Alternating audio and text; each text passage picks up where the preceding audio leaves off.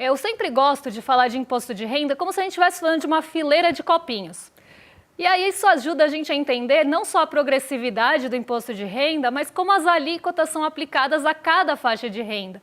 Porque eu sei que isso gera muita confusão na cabeça das pessoas. Então vamos supor que a gente tem uma fileira de copinhos ali empilhados em pirâmide. Se você joga um líquido no primeiro copinho e ele enche completamente, esse primeiro copinho é a faixa da isenção.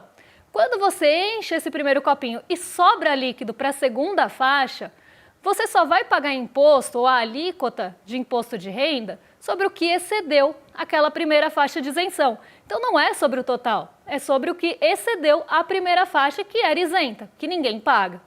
Conforme as fileiras de copinho vão enchendo, aí sim você vai sempre descontando o que você já pagou e aplicando a nova alíquota à próxima fileira. Então é como se na segunda fileira, se ela encher completamente também e vazar para a terceira, já numa terceira fileira de copinhos, você vai descontar a faixa da isenção, vai descontar o que você já pagou a alíquota anterior e vai pagar só sobre o excedente naquela terceira fileira. E o que acontece quando a gente aumenta a isenção de imposto de renda? É como se a gente estivesse colocando um balde, não mais um copinho na primeira fileira. Para encher aquela faixa, você precisa de muito mais líquido.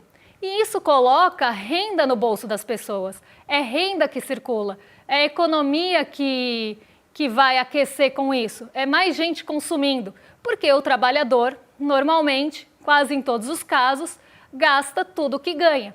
E até por isso tem toda aquela discussão em relação à progressividade do imposto de renda aqui no Brasil, quando a gente fala de renda, de imposto sobre o consumo. Porque vamos combinar que o brasileiro, ou entender que o brasileiro gasta tudo o que ganha, na maioria dos casos, quando é um trabalhador, tudo que ele consome, ou quase tudo que ele consome, vai ter imposto sobre consumo embutido ali, né? Sempre vai ter um imposto sendo cobrado.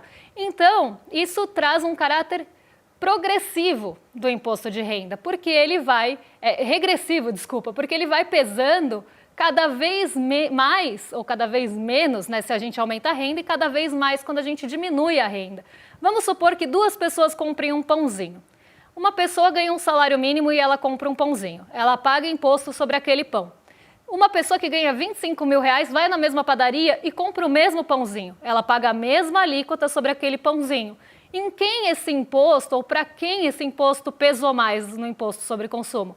Claro, em relação à pessoa que tem a menor renda, já que a alíquota é a mesma para os dois e os dois só compraram um pãozinho. Sempre brinco, se eu comprar uma TV e um bilionário comprar a mesma TV, seja qual for o motivo, para ele o imposto sobre consumo vai pesar infinitamente menos do que para mim. Então a gente tem essa discussão do IRC ainda pouco progressivo quando a gente fala de consumo, mas o imposto de renda, ele está aí para tentar corrigir essa distorção do nosso sistema tributário.